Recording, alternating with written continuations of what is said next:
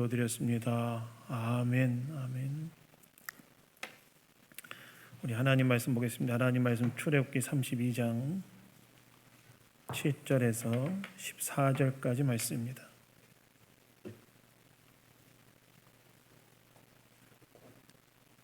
출애굽기 32장 7절에서 14절까지 말씀 다 찾으셨으면 저와 교독하도록 하겠습니다. 여호와께서 모세에게 이르시되 너는 내려가라. 네가 애굽 땅에서 인도하여 낸 네 백성이 부패하였도다.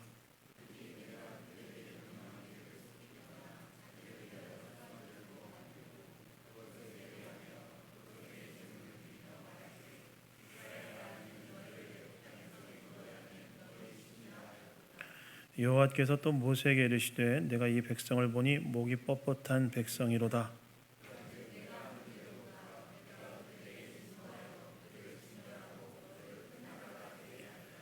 모세가 그의 하나님 여호와께 구하여 이르되 여호와여 어찌하여 그 큰 권능과 강한 손으로 애굽 땅에서 인도하여 내신 주의 백성에게 진노하시나이까.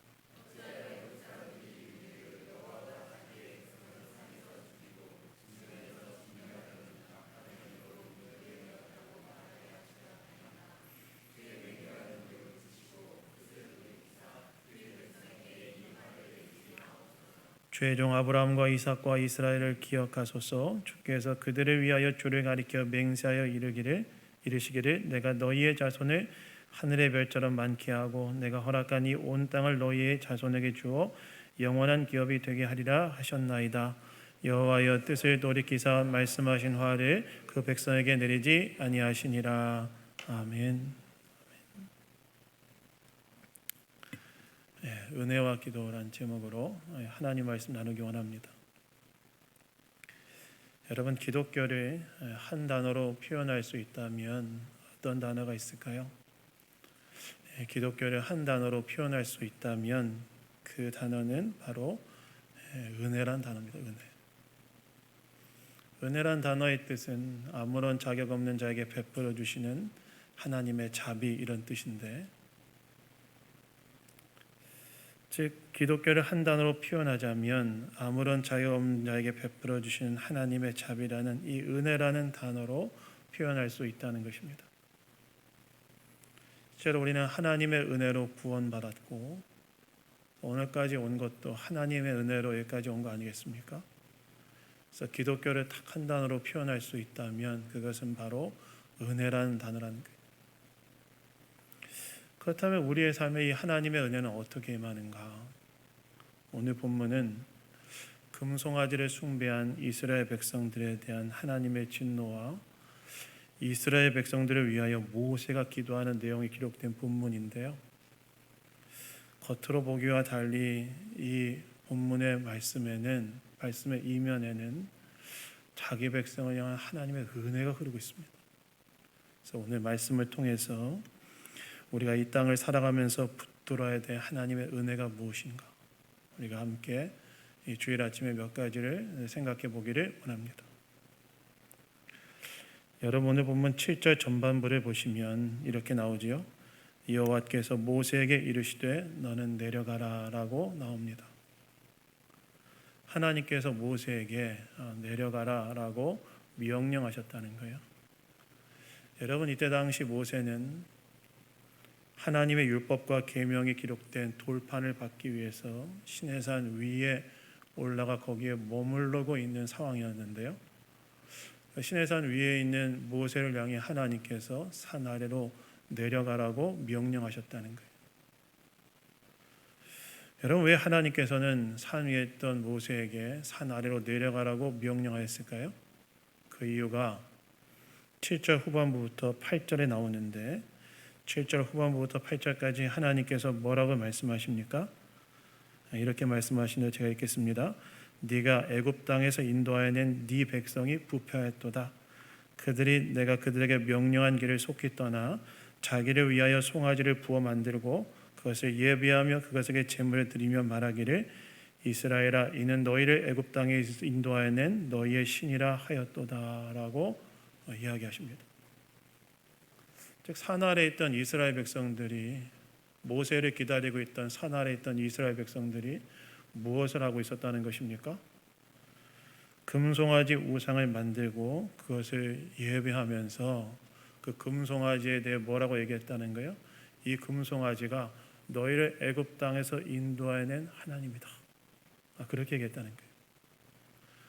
산 아래에서 모세를 기다리고 있던 이스라엘 백성들이 금송아지로 우상을 탁 만들고 이 금송아지가 너희를 애굽의 그 노예된 상태에서 구출하고 신의 산까지 인도한 그 하나님이다 라고 이야기했다는 거예요. 여러분, 그 금송아지가 하나님입니까? 그 금송아지는 하나님이 아니지요. 그 금송아지는 그들의 욕망과 탐욕이 투영된 가짜신 우상에 불과했습니다. 근데 이스라엘 하나에 있던 이스라엘 백성들은 그들의 욕망과 그 탐욕이 투영된 금송아지 우상을 만들어 놓고 그게 우리를 인도한 하나님이다, 여호와 하나님이다, 이렇게 불렀다는 거예요. 여러분, 여기에 저는 한 가지 간단하게 적용하고 넘어가고 싶은 것이 있는데요.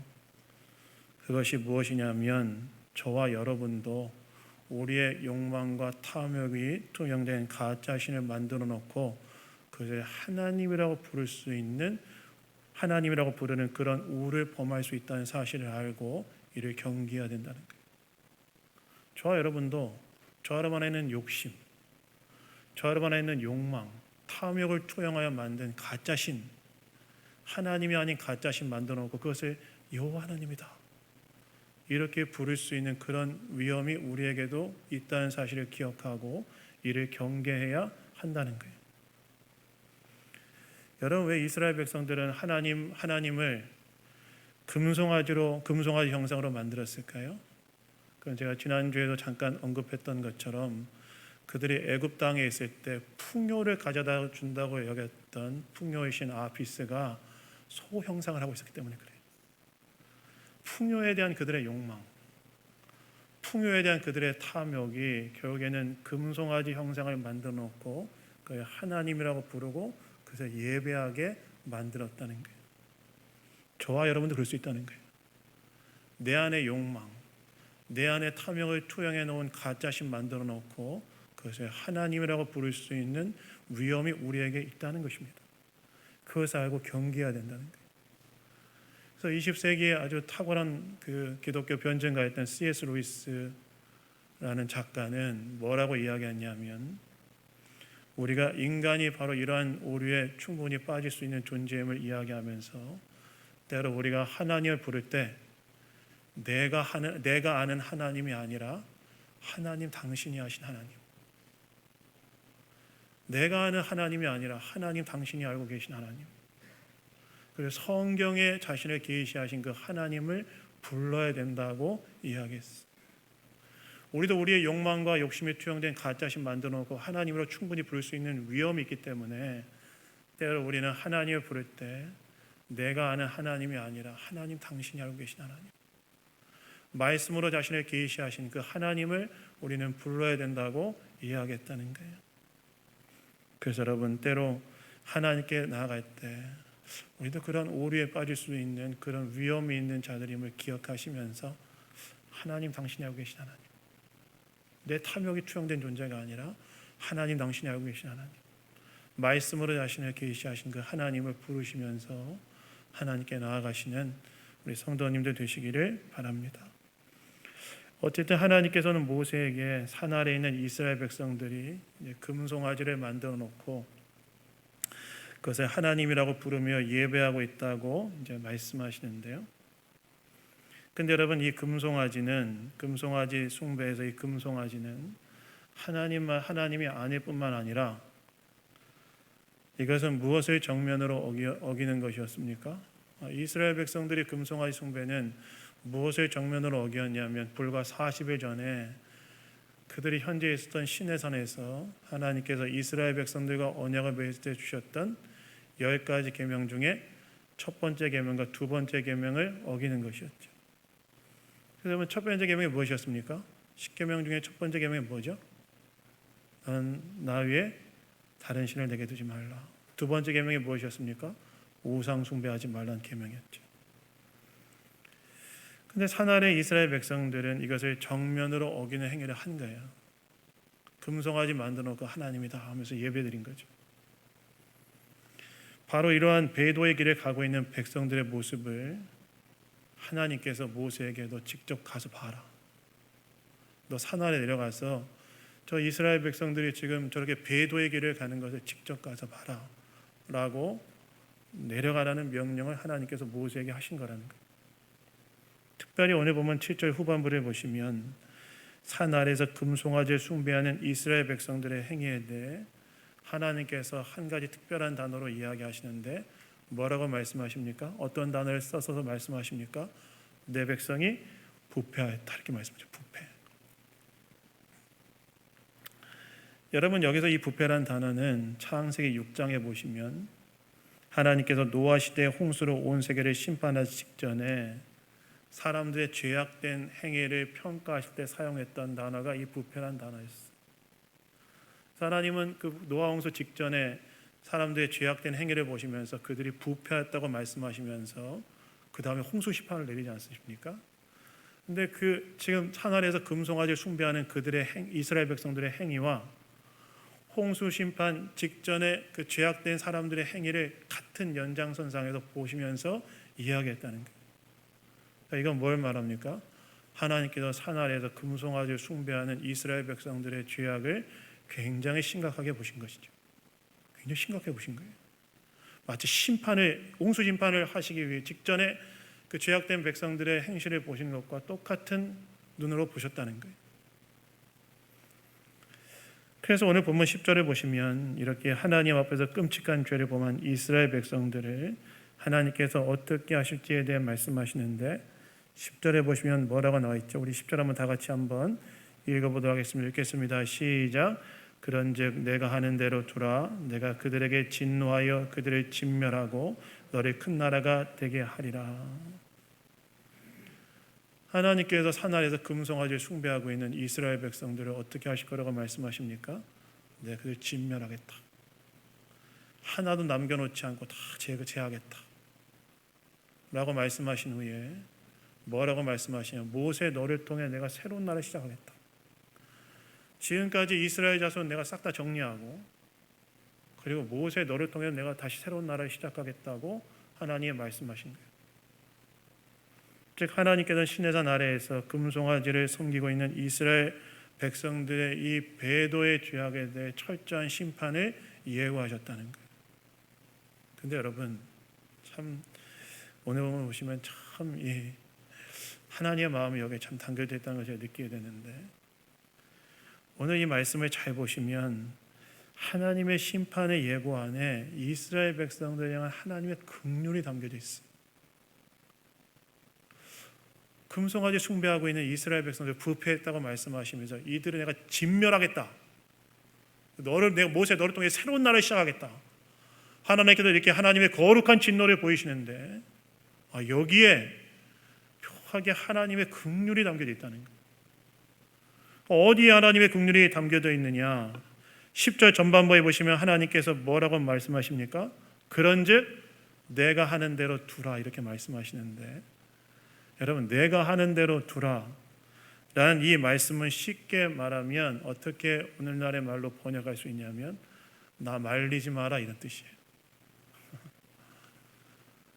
하나님께서 이스라엘 백성들에 대한 심판을 예고하시면서 중간에 뭐라고 얘기하시냐면 이스라엘 백성들의 금송아지 숭배에 대한 죄악을 이야기하고 그들에 대한 심판을 얘기하시면서 그 중간에 뭘 두시냐면 나 말리지 마라 이렇게 말씀했다는 거예요. 여러분이 나 말리지 말라는 이 말씀 좀 이상하지 않습니까? 사실 가장 매끄러운 어법은 뭐예요? 가장 매끄러운 어법은 이스라엘 백성들의 죄악에 대해서 말씀하신 후에 내가 그들을 심판하겠다, 진멸하겠다 이렇게 말씀하시는 게 가장 매끄러운 어법이죠. 그들의 죄에 대해서 이야기하시고 그들에 대한 심판하겠다, 진멸하겠다 이렇게 말씀하시는 것이 가장 매끄러운 어법인데 중간에 하나님께서 한마디를 다 넣으셨는데 그게 무엇이냐면 내가 한 대로 두라, 나 말리지 마라 이렇게 말씀하셨다는 거예요. 여러분 왜 하나님께서는 이스라엘 백성들의 이 죄악을 얘기하고 그들에 대한 심판을 예고하시면서 중간에 나 말리지 마라 이런 말씀을 왜 하셨을까요? 여러분, 이것은 놀랍게도 하나님께서 이스라엘 백성들이 죄악으로 인해 그들을 심판하셔야 됨에도 불구하고 그들을 포기하지 못하신 하나님의 마음이 담겨져 있는 단어였어요. 즉, 나를 말리지 말라는 말씀은 역설적으로 어떤 말이었냐면, 나를 말리지 말라는 이 말씀은 나를 말려라, 이런 말씀이었다는 거예요. 나를 말려라. 실제로 여러분, 많은 주석가들은 이 나를 말리지 말라는 이 말씀을 하나님께서 어쩔 수 없는 심판의 결정관에 남겨놓으신 작은 틈, 즉 모세가 하나님의 결정에 기도로 나올 수 있는 여지를 남겨놓으신 공간이었다고 이야기합니다. 그러니까 나를 말리지 말라는 이 말씀은 그들이 죄악으로 인해 심판하셔야 됨에도 불구하고 그들을 포기하지 못하신 하나님의 마음이 담겨져 있는 모세가 기도로 하나님의 결정에 개입할 수 있는 그 틈을 만들어 놓으신 그 공간이 바로 이 나를 말리지 말라는 이 말씀이었다는 거예요. 즉, 하나님께서는 금송아지 숭배라는 죄악의 길을 가고 있는 이스라엘 백성들을 심판하려고 하셨지만 여전히 그들을 포기하지 못하시고 그들이 용서받고 회복할 수 있도록 모세가 기도할 수 있는 틈을 만들어 놓으신 것이 바로 날 말리지 마라, 내가 하는 대로 두라 라는 말씀이었다는 거예요. 다시 말해서 겉으로 볼 때 하나님께서는 끔찍한 죄악을 범한 이스라엘 백성들을 진멸하실 것처럼 보였지만 속으로는 그들을 포기하지 못하는 그런 마음이 하나님의 마음 가운데 작동하고 있었다는 거예요. 금송아지를 숭배하는 이스라엘 백성들을 심판하셔야 되는 하나님의 진노가 있었지만 그러나 속으로는 여전히 그들을 포기하지 못하시는 하나님의 마음이 작동하는 것이 바로 나를 말리지 말라는 그 말씀 안에 표현되어 있다는 것입니다. 그래서 저는 필립 얀시라는 아주 유명한 기독교 작가는 이 하나님의 말씀을 모세가 어떻게 이해했는지에 대해서 이렇게 얘기했는데, 뭐라고 이해했다고 얘기하냐면 이렇게 얘기합니다. 모세는 이 말씀을 명령으로 듣기보다는 한계 잃었지만 처리하기를 원하시는 어쩔 수 없는 부모의 한숨으로 들었을 것이다, 이렇게 이야기합니다. 즉, 하나님은 어떤 분이시라는 거예요? 하나님은 어떤 분이시냐면 이스라엘 백성들이 죄악으로 인해 그들을 심판하기로 결정하였음에도 불구하고 여전히 그들을 포기하지 못하시고 그들을 용서하고 회복하기를 원하시는, 자기 백성에 대한 은혜를 여전히 포기하지 못하시는 그분이 바로 하나님이시라는 것을 이 구절이 우리에게 보여준다는 것입니다. 여러분, 여기서 우리는 하나님이 어떤 분이신지를 우리가 알게 되죠. 하나님은 어떤 분이시냐? 하나님께서는 우리가 하나님 앞에 범죄하였음에도 불구하고 그로 인해 마땅히 심판을 받아야 함에도 불구하고 우리를 포기하지 못하시고 우리에 대한 사랑으로 우리를 회복시키기 위해 은혜를 베푸시려고 하시는 분, 은혜를 베푸려고 하시는 분, 그분이 바로 하나님이시라는 거예요. 사실 여러분, 저와 여러분 다 어떻습니까? 저와 여러분 다 예수 믿어 구원받았지만 우리도 이스라엘 백성들처럼 내 욕망과 욕심에 투영된 가짜신 만들어 놓고 그것을 추구하며 살아가는, 가짜신 만들어 그것을 하나님보다 더 사랑할 때가 많지 않습니까? 저와 여러분 다 예수 그리스도를 믿음으로 구원받아 하나님의 백성이 되고 하나님의 자녀가 되었지만 하나님보다 나의 욕망과 나의 욕망과 탐욕에 투영된 가짜신 만들어 놓고 그것을 하나님보다 훨씬 더 사랑하는 그런 삶을 살 때가 굉장히 많지 않냐는 거예요. 때로는 그것이 돈일 때도 있고, 때로는 그것이 명예일 때도 있고, 때로는 그것이 권세일 때도 있고, 때로는 그것이 자존심일 때도 있죠. 예수 믿어 구원받아 하나님의 자녀가 되었지만 하나님보다 다른 것을 훨씬 더 사랑하며 그것을 추구하며 살아갈 때가 굉장히 많은 게 저와 여러분이라는 거예요. 여러분, 이것을 성경에서는 무엇이라고 얘기하죠? 우상숭배의 죄라고 얘기하죠.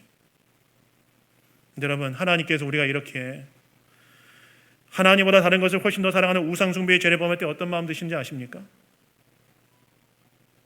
참, 저는 이 출애굽기 34장 14절에 보시면 하나님의 이 마음이 담겨져 있는데, 출애굽기 34장 14절에 보시면 이렇게 나와 있습니다. 너는 다른 신에게 절하지 말라. 여호와는 질투라. 이름하는 질투의 하나님이라. 이렇게 말씀하세요. 저와 여러분이 하나님보다 훨씬 더 다른 것을 사랑하면 하나님 거기서 어떤 감정을 느끼냐면 질투의 감정을 느끼신다는 거예요. 여러분, 질투의 감정이란 뭘까요? 여기서 말하는 질투의 감정은 마치 이런 것입니다. 결혼한 부부가 있는데 배우자가 자기보다 다른 사람을 더 사랑한다면, 더 사랑할 때 남은 배우자가 느끼는 감정. 부부가 결혼했는데 한 배우자가 자기보다 다른 사람을 훨씬 더 사랑할 때 그 남은 배우자가 느끼는 감정 얼마나 비참하고 얼마나 처참하겠습니까? 결혼했는데 내 뒤에 배우자가 나보다 다른 사람을 훨씬 더 사랑해. 그럼 남은 배우자가 얼마나 비참하고 처참하겠습니까? 근데 하나님께서 우리가 예수 그리스도를 통하여 하나님의 자녀가 하나님의 백성이 되었음에도 불구하고 하나님보다 나는 걸 훨씬 더 사랑할 때 이런 질투의 감정, 이런 비참하고 처참한 감정을 하나님이 느끼신다는 거예요. 그런데 그럼에도 불구하고 하나님 어떻게 하신다는 거예요? 그런데 그럼에도 불구하고 하나님이 어떻게 하신다면 그런 우리를 포기하지 않으시고 포기하지 못하시고 그 와중에도 우리를 용서하시고 회복시키시는 은혜를 베푸시기 위하여 모세를 향하여 금송아지 숭배하고 있는 모세, 그 이스라엘 백성들을 심판하시기로 작정하셨음에도 불구하고 모세를 향하여 뭐라고 말씀하시는 거예요? 내가 하는 대로 둬라. 나 말리지 마라. 말려라. 나 그들 포기 못하겠다. 이렇게 말씀하시는 분이 바로 하나님이시라는 거예요. 진짜 여러분, 우리는 무엇을 경험합니까? 내가 죄악 가운데 주님을 멀리 떠나버렸을 때도 하나님께서 우리를 포기하지 않으시고 그분의 하나님의 은혜와 자비로 우리 죄를 깨닫게 하시고 회개케 하시고 다시 회복시키시는 그런 하나님의 은혜를 우리는 인생을 살아오면서 매일 경험하지 않습니까? 매일 주일마다 경험하지 않습니까? 우리를 포기하지 않으시고 사랑으로 다시 우리를 회복시켜 나가시는 하나님의 은총, 그 하나님의 은총이 저와 여러분의 인생 가운데 매일같이 부어지고 있다는 것을 우리는 경험하지 않습니까? 고등학교 때까지 성실하게 신앙생활하다 한 청년이 있었다고 그래요. 그런데 이 청년이 대학에 들어가면서 뭘 느꼈느냐? 세상에 사는 게 훨씬 재밌게 느껴진 거예요. 그래서 어떻게 했냐면 이 청년이 술과 유흥에 빠지면서 그냥 점점 더 세상으로 나가고 결국엔 교회도 이제 떠나겠다 그래요. 근데 수년 동안 그렇게 살던 이 청년이 술과 유흥으로 빠져 살다가 어느 날 너무 이 삶이 허무하게 느껴지는 거예요. 허무하겠죠. 그러다가 어머니께서 자기를 위해 매일 새벽마다 기도하시는 것을 알게 되고 어느 날 한번 교회나 한번 가보자.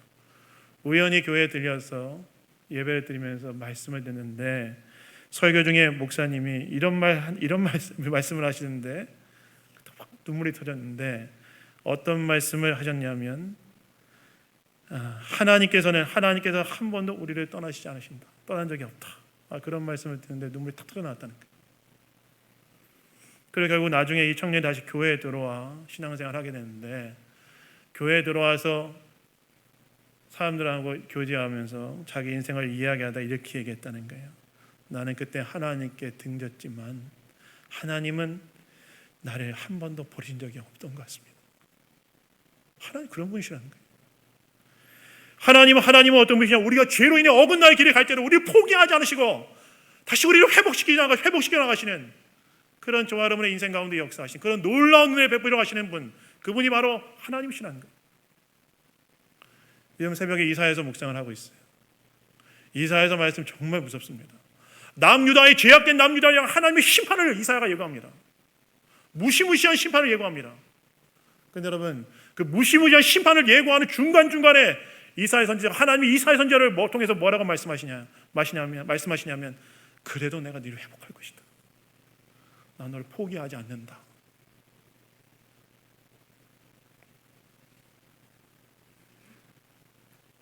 하나님은 어떤 분이시냐? 저 여러분이 죄악으로 인해 어긋난 길을 갈 때에도 우리를 포기하지 않으신 하나님. 나를 내가 하는 대로 두라. 나 말리지 마라. 그러나 나를 하나님께서 말리기를 원하시는, 자기 백성을 포기하지 못하시는 그런 마음으로 자기 백성에게 사랑과 은혜와 긍휼을 베푸시는 분, 그분이 바로 하나님이시라는 거예요. 여러분, 저 여러분을 포기하지 않으시는, 어떤 상황에도 저 여러분 포기하지 않으시는, 우리가 범죄함에도 불구하고 우리를 포기하지 않으시고 우리를 회복시키기 위해 일하시는 분, 그분이 바로 하나님이심을 믿으십니까? 그래서 여러분, 우리가 죄를 범했을 때도 여전히 우리를 포기하지 않으시는 하나님의 은혜가 우리의 인생 가운데 역사하고 있다는 사실을 기억하시고 여전히 내 안에 하나님보다 훨씬 더 사랑하고 의지하는 것들 있다고 회개하시고 속히 하나님께로 돌아가 그 관계를 회복하시고 그분의 뜻대로 살기로 결단하시는 이 자리에는 모든 교우들 하시기를 주님의 이름으로 축원합니다.